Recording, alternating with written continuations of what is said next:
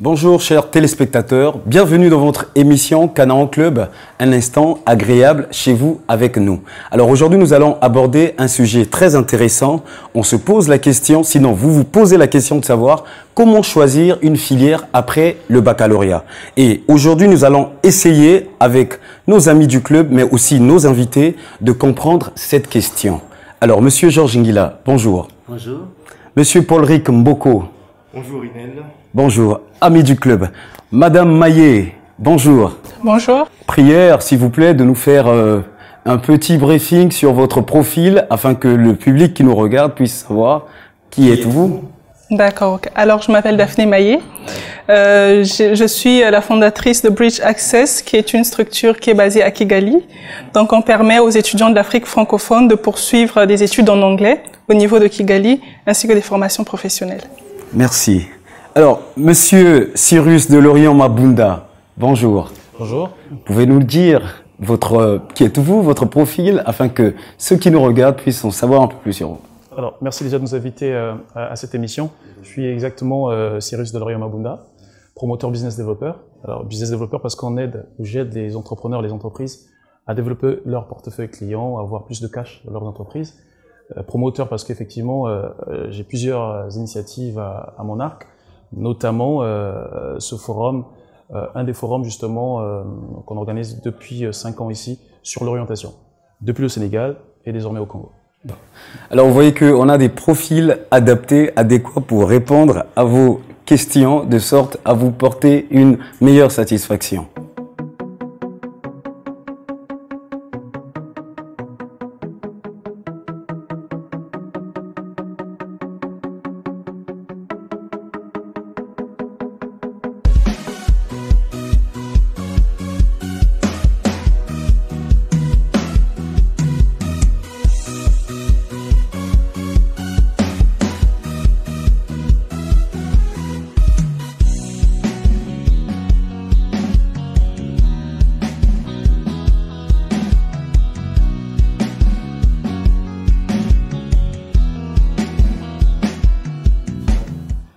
Alors, sans plus tarder, nous allons rentrer dans le vif du sujet. Et cette première question a suscité pas mal d'intérêt parce que ça a été posé en amont sur notre page Facebook. Alors, la question, c'est de savoir pourquoi choisir une filière après le baccalauréat semble si difficile pour certains. C'est cette question qu'on se pose. Pourquoi choisir une filière semble-t-il difficile pour certains? Pour ma part, je pense que c'est difficile pour certains étudiants de pouvoir choisir une filière après le bac parce que déjà en amont, quand ils sont arrivés au lycée, il n'y a pas déjà eu cette orientation-là. On se retrouve des fois dans certaines séries pour lesquelles on ne connaît pas forcément quels sont les débouchés de ces séries-là. Et donc une fois arrivé en terminale et à l'obtention de son baccalauréat, on se pose finalement la question avec un bac D, avec un bac C, qu'est-ce que je peux faire? Donc l'idéal serait plutôt de s'informer lorsqu'on on intègre une série sur les débouchés et les métiers qui sont dans ce domaine-là, et également s'informer concernant les filières qui peuvent nous emmener à mener à bien ce projet d'emploi une fois à l'université. D'accord. Et finalement, comment trouver cette filière-là, ce métier qui nous correspond vraiment? Justement, belle interrogation parce que c'est une question récurrente et d'actualité chaque année. Et pour ma part, j'aimerais spécifier ou alors partager quelques éléments qu'on a l'habitude d'apporter justement au milieu non seulement scolaire mais aussi académique.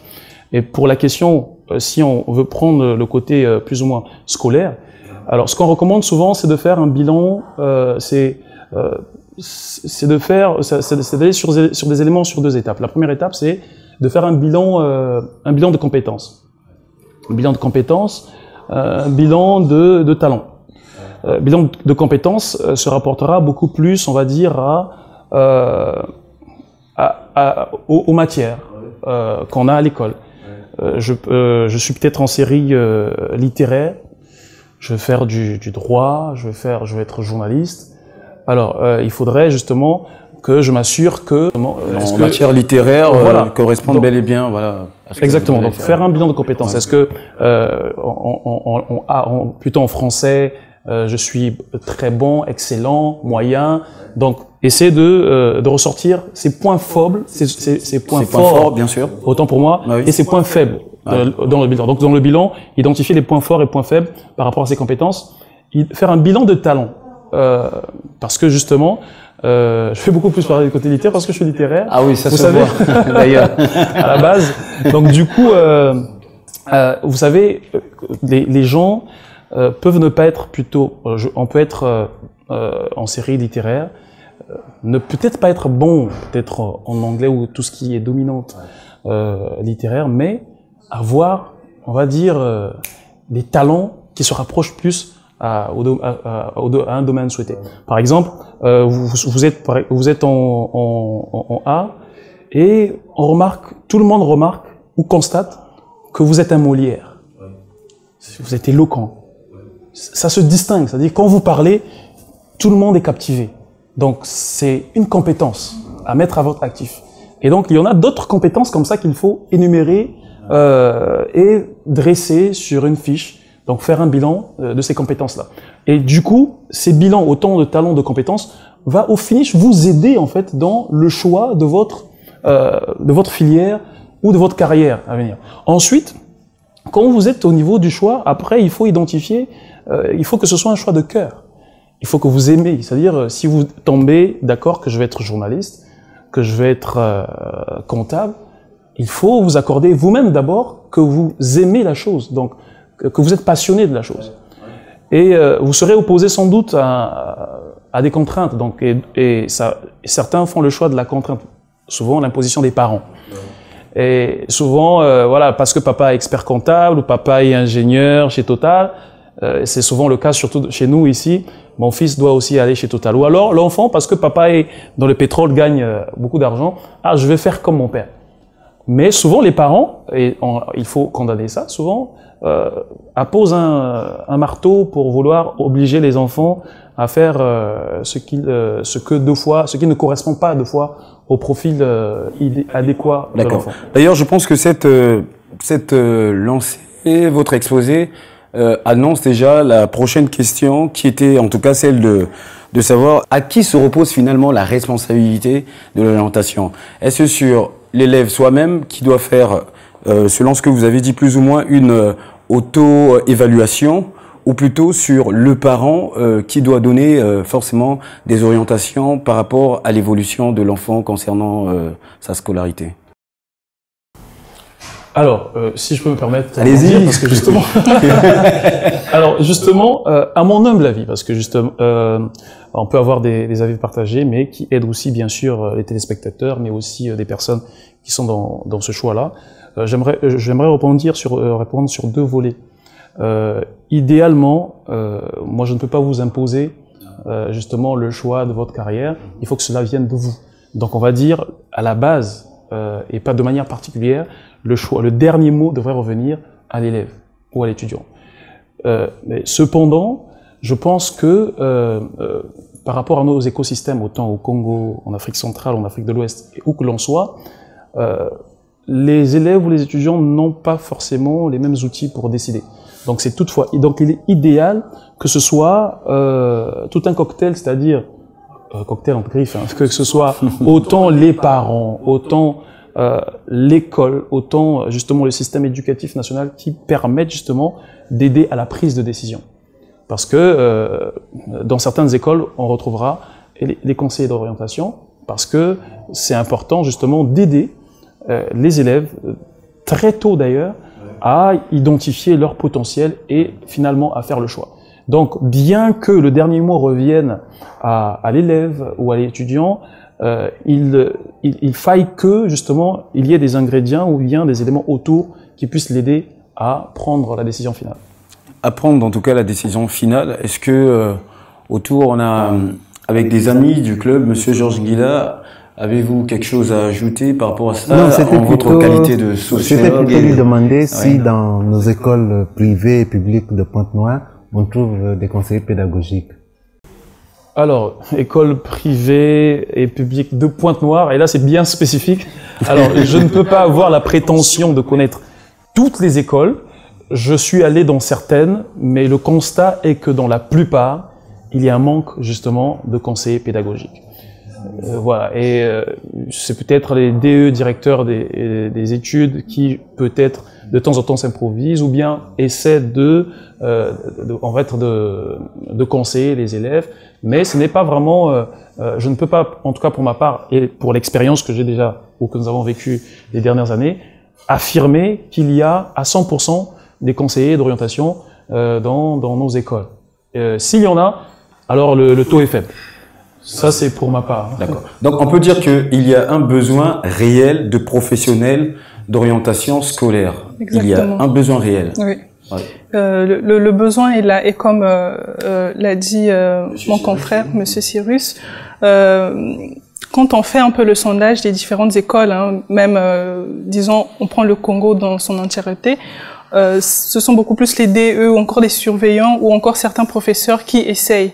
Mais je veux dire, même si on remarque qu'il y a cette absence-là, l'élève lui-même également a cette responsabilité de pouvoir s'informer concernant son orientation. Aujourd'hui, on est au 21e siècle avec l'outil informatique, tout le monde a presque des smartphones, on a l'Internet également.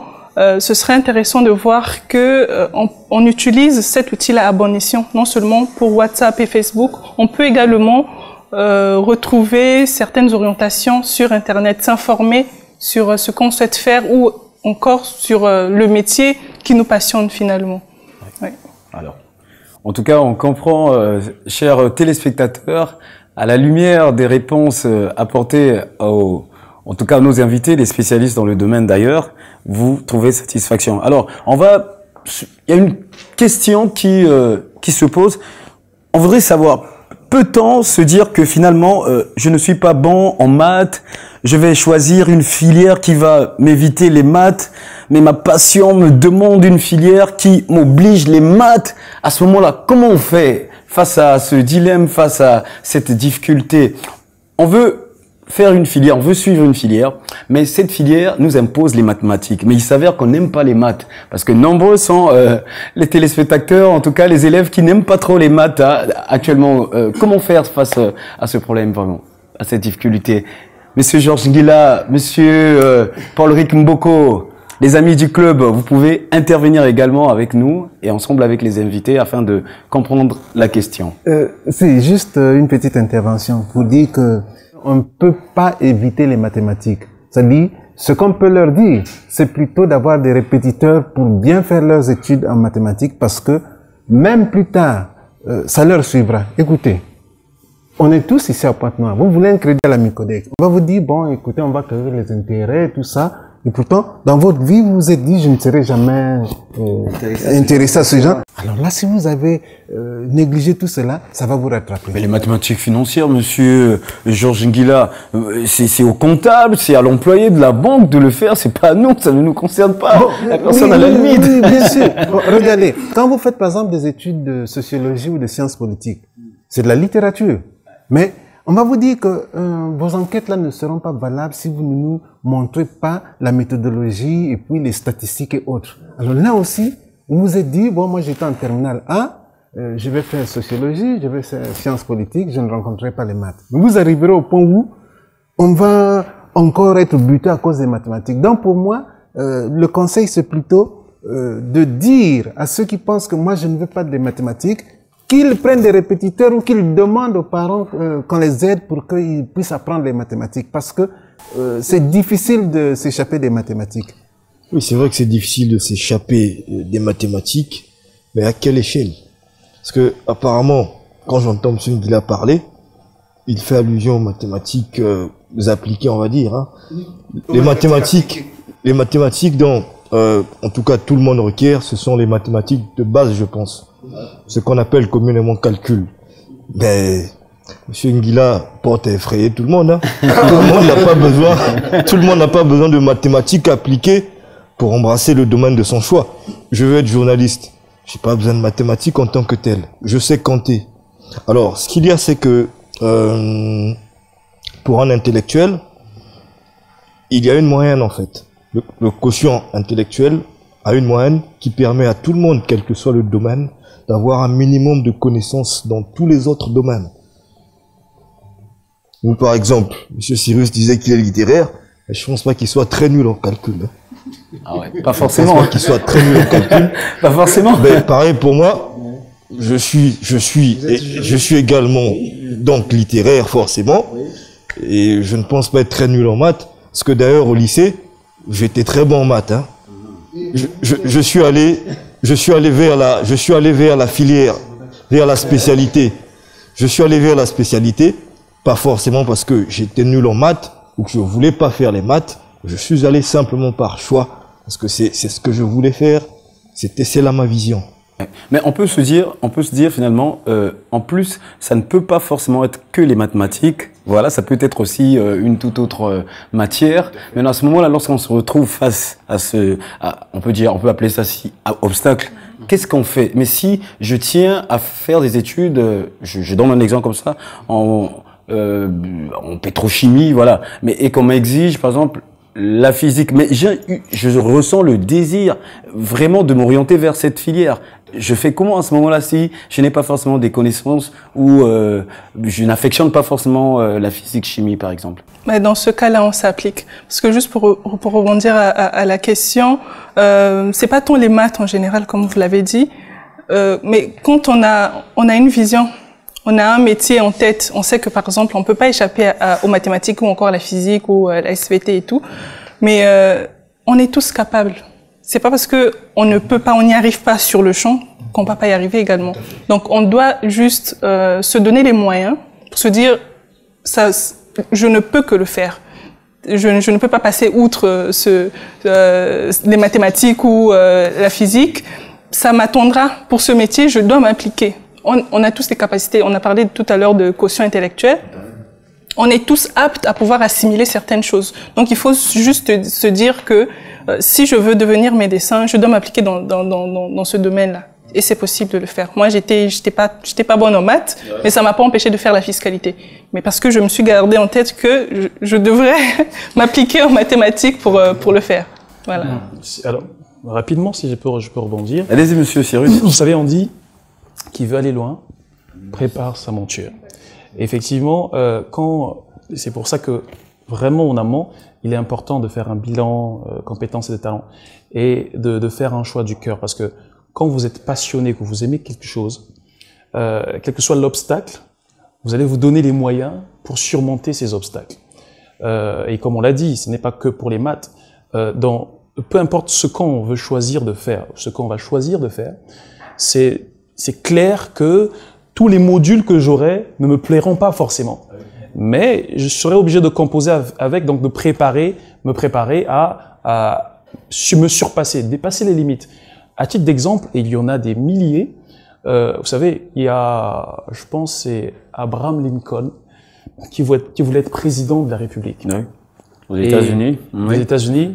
Et il a eu plusieurs échecs aux élections, au temps sénatorial, etc., avant de finalement devenir président. Il a même perdu sa femme, ce monsieur. Et il s'agit aussi ici, je crois, de composer avec le bon mindset, c'est-à-dire la bonne façon de voir les choses. Parce que chez les francophones, l'échec est considéré comme une fatalité. Et du coup, chaque fois que je pense qu'il y aurait un obstacle devant moi, on va trembler. Alors qu'il suffit juste de se surpasser et aller de l'avant. Et même quand je bute, ce n'est pas de s'arrêter, mais c'est plutôt de persévérer parce que je sais ce que je veux. Donc, du moment où je sais que c'est ma passion, c'est là que je veux arriver. Donc, je me donne les moyens, malgré les obstacles et tout, pour y arriver. Voilà, donc c'est un peu mon avis. En tout cas, il faut se donner les moyens pour y arriver. Monsieur Georges Nguila, vous avez certainement une question à poser à nos invités, vous qui êtes les amis du club.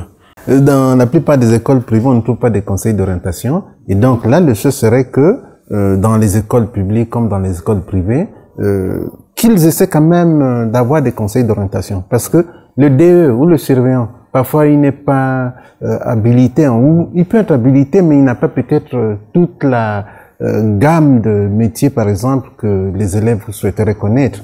Donc, ce serait mieux que dans toutes ces écoles-là, il y ait quand même des conseillers d'orientation. Et qui aussi, par exemple, pour ceux qui sont en campagne, leur disent, dans notre université, on peut trouver telle filière, telle filière, telle filière, telle filière. Parce que parfois, les enfants ne savent même pas quelles sont les filières proposées par l'université nationale. Ils sont là perdus. Que l'université Marien Ngouabi a au moins peut-être 13 écoles différentes. Bon, mais même s'il n'y a pas certains métiers qui sont enseignés ici, mais au moins on trouve ça, c'est de suite. Tout à fait. Juste pour rebondir rapidement, disons que la personne habilitée peut également être le parent. Les parents également peuvent orienter. Tout à l'heure, on a dit que le parent on ne souhaite pas que le parent puisse donner son droit de veto, genre imposé, mais il peut orienter parce que il est déjà passé par là. Le papa est passé par là, la maman, etc. Donc ce serait bien également, non seulement dans le cercle scolaire, mais également à la maison, que les parents puissent faire ce travail en amont, orienter l'étudiant, son enfant, s'asseoir et dire quels sont... Parce qu'en tant que parent, on a la capacité de voir en son enfant quelques compétences ou encore son habilité. Donc essayer d'orienter, de voir si l'enfant a déjà dans sa tête un métier donné ou encore des aspirations quelconques. Et là, essayer de l'orienter par rapport à ce qu'il souhaite faire ou encore voilà, par rapport à ses aptitudes. Donc, à défaut des conseillers d'orientation, en tout cas les professionnels du domaine, on peut compter sur la responsabilité des parents aussi pour faire ce travail-là, Monsieur Paul-Ric. Justement, oui, c'est clair. C'est clair que, alors les parents sentent beaucoup. Un rôle à jouer, en tout cas, un rôle essentiel. En tout cas, un rôle très important dans ce sens, en tout cas. Et puis, voilà, c'est toujours pas dans le sens d'imposer à l'enfant ce qu'il veut faire. C'est être conseillé. Lorsqu'on est conseillé, on conseille, on n'impose pas. Et les parents doivent, en tout cas, accompagner les élèves. Alors, il y a aussi une question qu'on se pose. On voudrait, en tout cas, savoir. Ce sont vos questions d'ailleurs, parce que vous nous avez posé ces questions et l'occasion nous est donnée avec des spécialistes, en tout cas dans le domaine. Comment trouver une école qui permet d'aller au bout de son projet professionnel? Voilà, c'est cette question qu'on aimerait savoir. Comment trouver une école qui permet d'aller au bout de son projet professionnel? Et comment on arrive à trouver une école comme ça? Très intéressante. J'ai pensé à la même question justement, une question assez importante parce que est-ce qu'on peut choisir n'importe quelle école? C'est vrai qu'aujourd'hui il y a de la concurrence entre écoles publiques et écoles privées. Aujourd'hui on remarque qu'il y a plusieurs écoles privées et du coup la concurrence devient très importante. Alors comment choisir son école? Il y a plusieurs approches qu'on préconise et j'aimerais partager deux ici. Il y a deux indicateurs à prendre en compte. L'indicateur de la reconnaissance.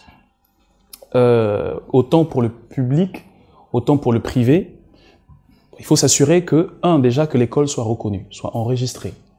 C'est-à-dire à l'État. Avoir un agrément, voilà. Un agrément. Est-ce que j'ai une école privée? On a vu des écoles qu'on a fermées parce que... Bien sûr. Est-ce que cette école est reconnue? Ça ne gêne pas un élève ou un parent, ça ne devrait pas gêner en tout cas, un élève ou un parent de poser cette question à une école qui vient démarcher ou bien là où le parent voudrait inscrire son enfant. Première étape, la reconnaissance. Donc, est-ce que votre école est reconnue? Ça, c'est un.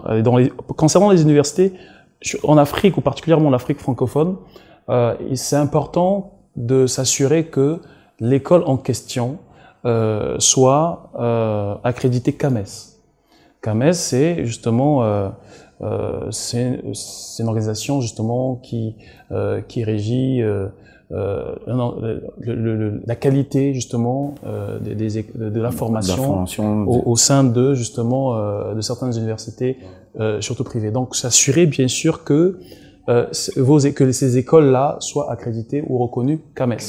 J'ai vu là récemment, je ne vais pas citer les noms, mais en tout cas sur Brazzaville, j'ai vu certaines universités, voilà, qui ont commencé à brandir cette, comment on appelle, cette accréditation, reconnaissance.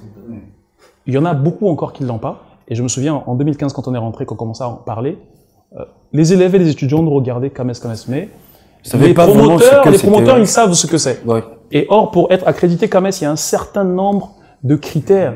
On va vous dire peut-être au moins 5 à 10% de doctorants dans votre corps professoral, peut-être 10 à 15% de professionnels ou 20% de professionnels pour que ces élèves puissent avoir une réalité pratique. Donc, il y a un certain nombre de critères qu'il faut qui rentrent en compte dans l'agrément CAMES. Donc, s'assurer que l'école non seulement soit reconnue au niveau de l'État, soit enregistrée, s'assurer d'avoir justement un agrément CAMES, surtout pour la zone francophone. Ça, c'est l'indicateur de la reconnaissance. Après, le second indicateur, il est important de s'assurer de la crédibilité de l'école. En parlant de crédibilité, déjà, les premiers éléments, c'est déjà des premières étapes de crédibilité. Mais le second niveau, quand on insiste sur la crédibilité, c'est de s'assurer que les informations, de la véracité des informations fournies. Alors, on va vous dire, nous faisons le master, et le master est reconnu et tout, comme par exemple ici en ce moment. Bien sûr. Beaucoup sont ceux qui vendent le master. Oui. On sait qu'en réalité, pour le Congo-Brazzaville, c'est jusqu'à, je pense, à la licence. À la licence.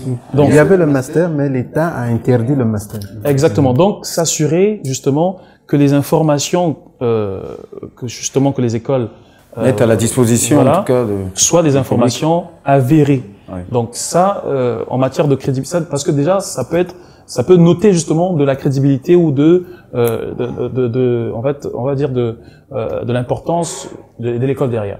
Crédibilité. Et enfin, il y a s'assurer que justement mon cursus dans cette école va me permettre de trouver un emploi demain. Ouais. Parce que je vais investir de l'argent dans une école, pas pour me retrouver au chômage. Ouais.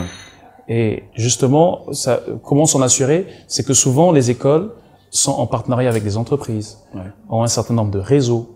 Et idéalement, c'est de faire un choix qui va me permettre d'investir, mais aussi, quand je suis en première ou deuxième année, que je peux faire facilement des stages. Donc, de m'assurer que l'école dans laquelle je vais m'inscrire puisse m'aider à trouver ces stages. La plupart des écoles aujourd'hui vendent cet aspect-là. Oui. Mais entre ce qui se dit et la réalité, souvent, il y a un fossé.